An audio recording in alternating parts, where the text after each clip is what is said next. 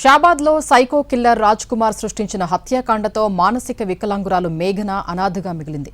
గతంలో మేఘన తండ్రిని కోల్పోగా రాజ్ కుమార్ కిరాతకానికి తల్లిని చెల్లిని కోల్పోయింది. మేఘనకు అండగా నిలుస్తామని హామీ ఇచ్చిన జిల్లా కలెక్టర్ 10 లక్షల చెక్కునందించారు. మేఘన పరిస్థితి చూస్తుంటే గుండె తరుక్కుపోతోందని ఆమె బాబాయి చిన్నమ్మ వాపోతున్నారు. ఇదే అంశంపై మరింత సమాచారం మా ప్రతినిధి కిరణ్ అందిస్తారు. రాష్ట్రంలో సంచలనం సృష్టించిన షాబాద్ ఆరుగురి హత్య కేసులో psycho killer Raj Kumar suicide పాల్పడ్డాడు. ఇక అతని చేతిలో హత్యకు గురైన అక్షయ, అలాగే వారి తల్లి, వారి అమ్మమ్మ కోల్పోవడంతో మానసిక వికలాంగురాలు మేఘన అనాథగా మిగిలింది. ప్రస్తుతం వారి చిన్నాయన మనతో పాటు ఉన్నారు. అధికార యంత్రాంగం కూడా వీరి కుటుంబాన్ని సందర్శించారు, పరామర్శించారు. వారిని అన్ని విధాలుగా కూడా ఆదుకుంటామని చెప్పారు. మరి ప్రభుత్వం ఏమని హామీ ఇచ్చింది? వారితో మాట్లాడదాం. ప్రస్తుతం వారి చిన్నాయన ఉన్నారు, వారితో మాట్లాడదాం. అసలు నిన్న ఇన్సిడెంట్ చూసిన తర్వాత, అంటే రాజ్ కుమార్ సూసైడ్ చేసుకున్నాడు, ఆ తర్వాత అనేక పరిణామాలు చోటు చేసుకున్నాయి, ఏం చెప్తారు? అసలు హామీ ఇచ్చారు, కలెక్టర్ గారు హామీ ఇచ్చారు. 3 కేటగిరీలు చూశారు.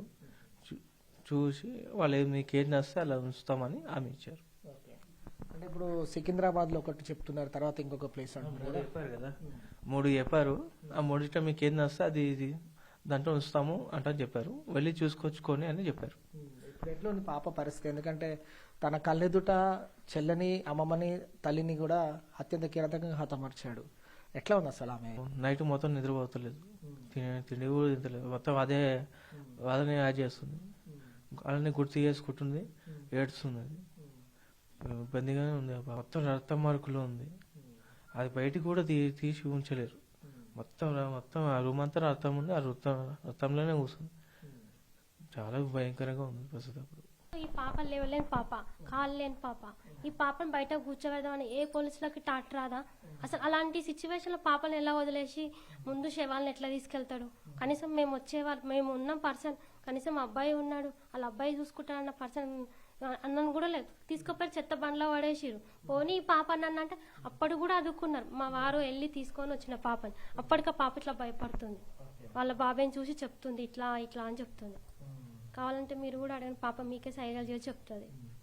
మరి ప్రభుత్వమైన నమ్మకం ఉందా? మరి పాప బాగోగులు చూసుకుంటాము, అండగా ఉంటామని హామీ ఇస్తున్నారు. హామీ ఇచ్చారు కదండి, చూస్తామని నేను కలెక్టర్ సార్ కూడా చెప్పారు, చూస్తామని చెప్పారు. మా కార్యక్రమం అయిపోయినాక వస్తామని చెప్పారు. ఎవరినన్నా పంపిస్తాం మీకు, మళ్ళీ మేము అన్నీ అయిపోయినాక మాకు చెప్పండి, మేము పంపిస్తామని చెప్పారు.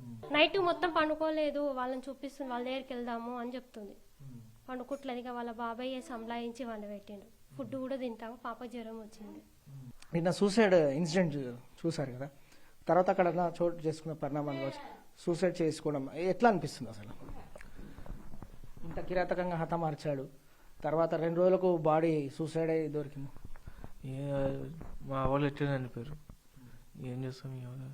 వాడు చచ్చిన ఆనందం లేదు, ఏం లేదు.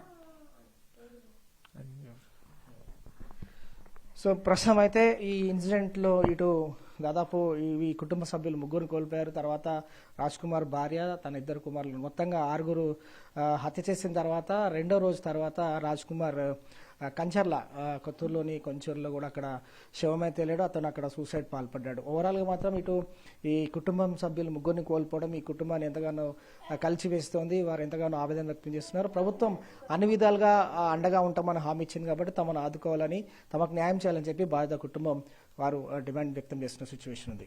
వీడియో జర్నలిస్ట్ రాకేష్ తో నేను ఎన్టీవీ, హైదరాబాద్.